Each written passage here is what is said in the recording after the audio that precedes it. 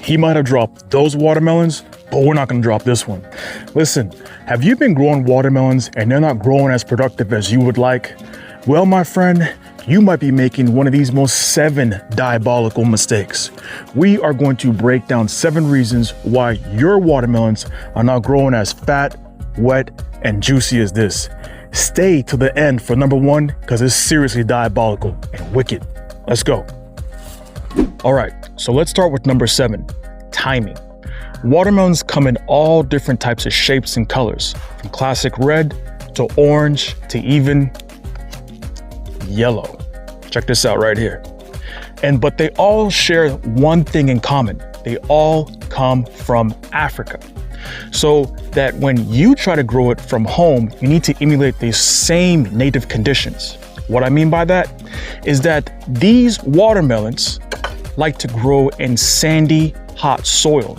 The sweet spot is from 75 to 95 degrees Fahrenheit. So that when you do place your seeds inside the soil, it needs warm temperature in order for it to grow and thrive.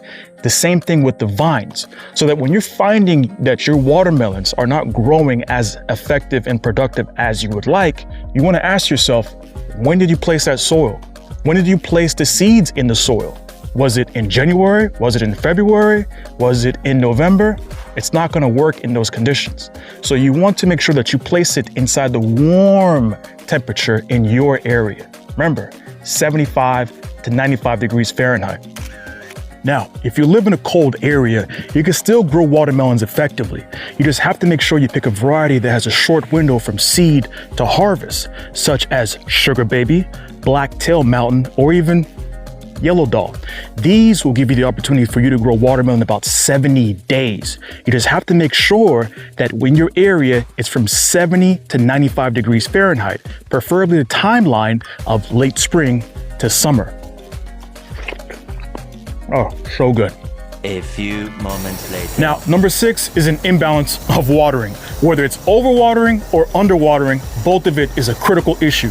With overwatering, what you're essentially doing is suffocating the plant. You are depriving it of the oxygen inside of the soil. You're pushing the oxygen up. On top of that, you're making it a hotbed with it being all moist and wet the whole time. Fungus is gonna grow, kill the root system, and destroy the plant. On top of that, with you watering all the time and it's wet all the time, you are making it dependent on water that is always available. The roots will stay lazy, be shallow, and will not search for soil. So that when you are not watering as much and the sun beats down on the actual plant, it'll beat down on the root also and kill the plant. Now, with underwatering, you are depriving the plant of water. What that is doing is that is making the root system thin and brittle, like a fishing wire or even like a piece of hair. The actual veins and artery of the actual plant system comes from the roots.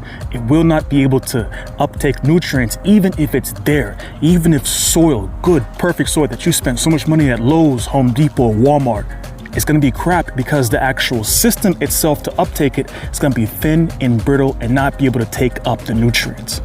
On top of that, with you not watering the plant, you are making it weak and making it susceptible for disease and other bugs to come and eat up the plant. It's not gonna be strong and thick and swole.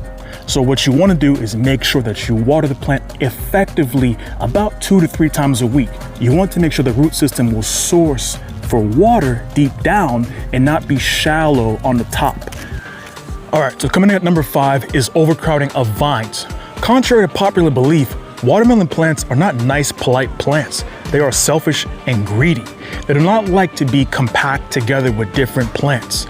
It's like raising a family in a closet. Like, who does that? When you are placing the watermelon plants together, the leaves are overlapping each other.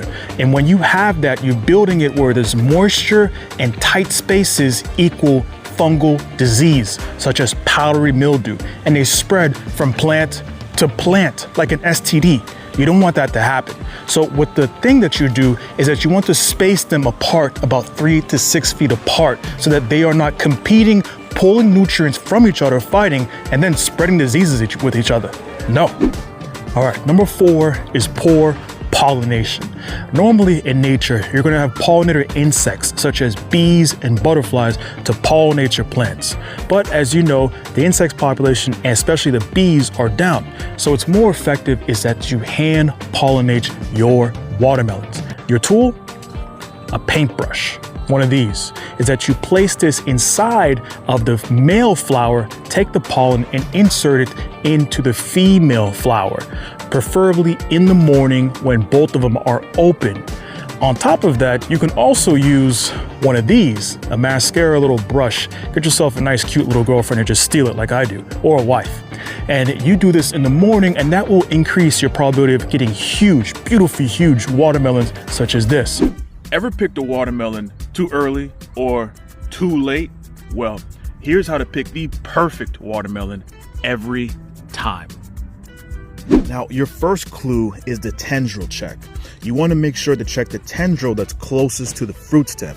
If it's brown and dried up like this, then that means that this watermelon is probably ready, most likely ready. Now, here is an example of a watermelon that is not ready. And how you can tell is you take a look at the tendril that's closest to the stem, and as you can see, it's still green and healthy. This means that she is not ready. I say even take it a step further and flip her over on the side that's touching the ground. If it's white, that means it's unripe. If it's yellow, that means she's ready to say hello, baby. Now, the third and final thing that you can do is give her the smack test. So you smack her right here to the side like this. And if it's dull and flat, that means that she is not ready, bro. You got to give her some time, man. You're putting too much pressure on her, bro. You need to back up, baby. What's wrong with you? All right, number 2 is poor fertilization. I see this all the time. As you grow your watermelons, you need to understand that these things are heavy feeders. They need a lot of nutrition. And what they like is a balanced NPK rating of a 4-4-4 initially. As they get bigger, they need more phosphorus and potassium, and that should go higher to a 10-10-10 NPK rating to get them nice and big like that one. The trick is that not just the 10-10-10 or the 4-4-4, but you need to make sure that your soil has calcium. You'll go on these Facebook little pages or whatever gardening channel pages, and you'll see people complaining about their watermelons having these weird funky shapes, or that they're white and have these end rots. And that the problem that all these things has is that these watermelons do not have calcium. How do you get calcium? You make sure that you put in your soil bone meal. Bone meal would make sure that these watermelons are healthy, they're big, they're strong, and they don't suffer from these end rots. Mix the bone meal with your soil and the fertilizer, and you always will have healthy, strong watermelons, such as this. We are at the number 1 mistake when growing your watermelons. But first, let me ask you a question. What does the sunflower and the cucumber have in common when growing your watermelons? Can you think about it? I'm gonna give you a quick second. They both practice allelopathy. They inhibit the growth of your watermelons, especially the sunflower. This is the worst thing to plant next to your watermelons. This releases a chemicals called chlorogenic acid and helioannuals, practically poisoning the soil so that nothing can grow effectively. This is so bad that you can take sunflower, mash it up into a blender, turn it into a soup, and toss it into your garden, and it will practically kill almost everything. This, my friend, is a natural herbicide. The cucumber does it too, to an extent. The cucumber says, I'm greedy, you're greedy, but I'm gonna release a little chemical into the soil, and I'm gonna grow big, long, strong, and maybe curvy. And you know, some of y'all into that curviness, but that's a whole different topic. And after I'm done getting big, then you can have some. Your growth of your watermelon is not gonna be as well if you grow a cucumber, and especially if you have a sunflower next to it. You have to practice good companion planting, such as marigolds, basil, green onions. Those are what you want to plant next to your watermelons, even radishes too.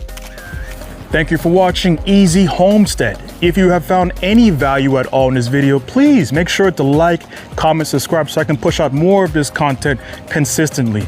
I'm a garden nerd, a homestead nerd, and also a gym rat, and I try to push out as much information as possible with a little bit of razzle dazzle. I'm a little bit rough around the edges. I'm a small YouTuber. Remember in the video, this is yellow doll, and on the previous watermelon video, this is golden honey.